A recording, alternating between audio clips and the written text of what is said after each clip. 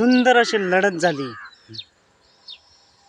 बैलगाडी क्षेत्रातील देव विक्रमादित्य बकासूर आणि घाणंदचा बाब्या घरचा साज विरुद्ध गाडी होती सर्जा राजाचं जोड. मित्रांनो, मैत्रीपूर्ण ही लढत झाली. डोळ्याचं पारणं फेडणारी लढत झाली आणि शेवटच्या क्षणाला निर्वाद वर्चस्व केले ती म्हणजे सर्जा राजाचं जोड. या जोडीने मित्रांनो सेमी पाहून आल्यानंतर आज पुन्हा एकदा बकासूरची हार झाली. क्वार्टर फायनलची मानकर झाली, गुलालाची मानकर झाली, तरीसुद्धा म्हणजेच काय तर 2 नंबरला गाडी होत आली. त्यानंतर बरेच जण आता ड्रायव्हरला ट्रोल करत आहेत, बबलूच्या चॅनलला.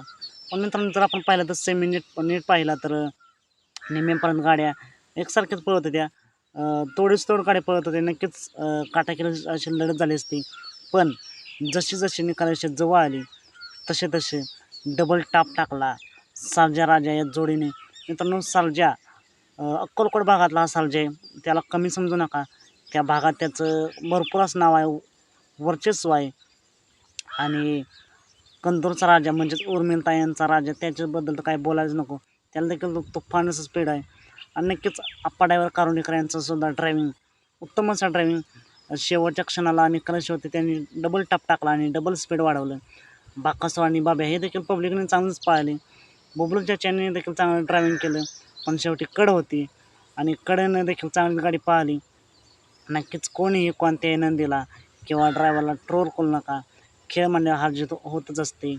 बकासूरने क्वार्टर फायनलचा का होईना पण गुलाल घेतला आहे. बकासूर आणि बाब्याला खूप साऱ्या शुभेच्छा. आणि उर्मिला यांचा राजा आणि सर्जा यांना फायनलसाठी खूप साऱ्या शुभेच्छा. मित्रांनो, असेच निकाल पाहण्यासाठी आताच आपल्या चॅनलला सबस्क्राईब करा, लाईक करा आणि शेअर करा. चला तर मग भेटूया पुन्हा एकदा नवीन अपडेट्स भन्नाट अशा नवीन व्हिडिओमध्ये.